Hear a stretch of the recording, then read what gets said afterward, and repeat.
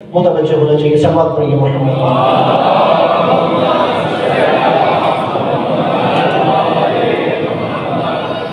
اور اسی حوالے سے ہماری حکومت نے بھی پھر یہ نعرہ لگایا تھا حکومت سے آنے سے پہلے. میں نے پچھلے جمعے بھی اشارہ کیا ہے چونکہ کل بھی مذہب تشیع کے اکابرین نے ایک مشترکہ پریس کانفرنس کی تھی جس میں یکساں قومی نصاب کے حوالے سے انہوں نے اپنے اعتراضات ریکارڈ کروائے تھے.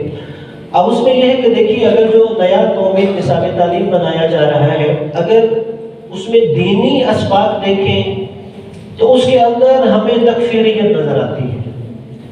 یعنی ایک وہ ہے کہ جو انہوں نے کہا کہ ہم اسلامیات کا پورشن بنانا ہے. اگر وہ اسلامیات کا پورشن دیکھ لیں گے یکساں قومی نصاب تعلیم تھا یعنی ہر مسلمان کے لیے قابل قبول ہے. تو اس کا مطلب ہے کہ اگر ہم اس میں اسلامی شخصیات بھی پڑھا رہے ہیں تو ہمیں ان شخصیات کو پڑھانا چاہیے جو ہر ایک کے نزدیک قابل قبول ہو. وہ جو ہر ایک کے نزدیک قابل قبول ہے انہیں نکال دیا گیا ہے اور جو اکثر کے نزدیک قابل قبول نہیں ہے ایک تکفیری سوچ رکھنے والوں کے نزدیک قابل قبول ہے انہیں نصاب میں داخل کر دیا.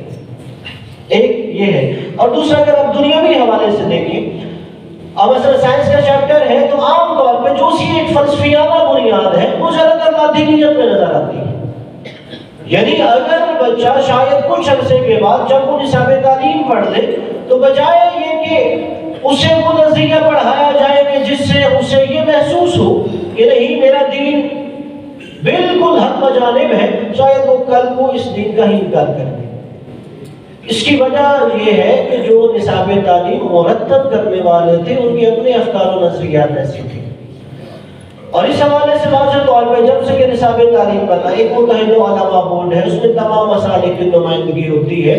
جو مکتب اہل بیت کے نمائندگان تھے انہوں نے ایک ایک کتاب پڑھی اور اپنے جو اشکالات اعتراضات تھے وہ انہوں نے وفاق کی جانب روانہ کیے. لیکن ابھی تک وفاق نے اس پر کوئی ایکشن نہیں لیا بلکہ یہ دیکھا جا رہا ہے کہ حکومتی نمائندگان بڑھ چڑھ کر جو مختلف جگہوں پہ ایسی تقریبات ہوتی ہے تو وہ اسی یکساں قومی نصاب تعلیم کو نافذ کرنے کے لیے اس کی جو بہتریاں ہیں وہ گنوا رہے ہوتے ہیں. لیکن انہیں یہ بخوبی معلوم ہے کہ اکثر مسلمان اس نصاب تعلیم پر اعتراض اور اشکال رکھتے ہیں اس لیے کہ اس میں ایک فرقے کے نظریات کو نافذ کیا گیا ہے باقی اسلامی تعلیمات کو چھوڑ دیا گیا. اب مثال کے طور پر اہل بیت علیہ السلام وہ تمام مسلمانوں کا مشترکہ سرمایہ ہے. ہمیں ایک بھی ایسا چیپٹر نہیں نظر آئے گا جہاں پہ اہل بیت رسول کے نام سے بیان کیا گیا. اور کربلا ایک مشترکہ اثاثہ ہے کہ جب اسلام کی جڑوں کو کاٹا جا رہا تھا تو اس وقت امام حسین علیہ السلام نے قیام فرمایا اور امام علیہ السلام نے اسلام کو زندہ و جاوید کیا.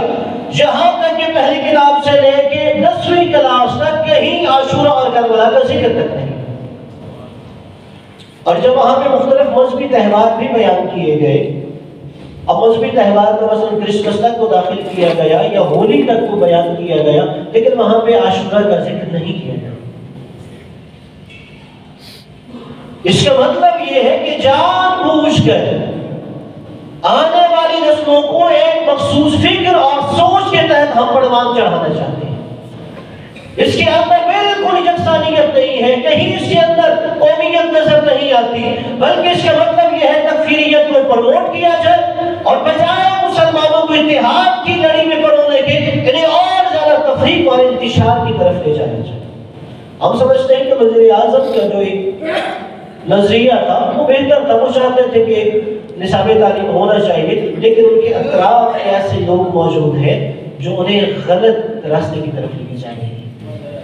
وزیر اعظم کو اس طرف متوجہ ہونا چاہیے ارباب اقتدار کو متوجہ ہونا چاہیے اور جو اہل تشیع علماء نے اپنے تحفظات پیش کیے ہیں یا تو ان تحفظات کے مطابق اس نصاب تعلیم کو مرتب کیا جائے اور اگر وہ کہیں کہ اسی صورت میں اسے لاگو کیا جائے گا اس حوالے سے تمام علماء اکابرین شیعہ تنظیموں کا یہ مشترکہ نظریہ ہے کہ ہمیں اس شکل میں یہ نصاب تعلیم بالکل قبول نہیں.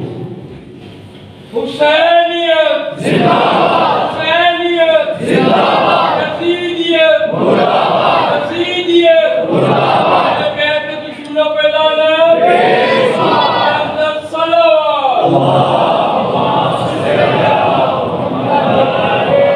محمد.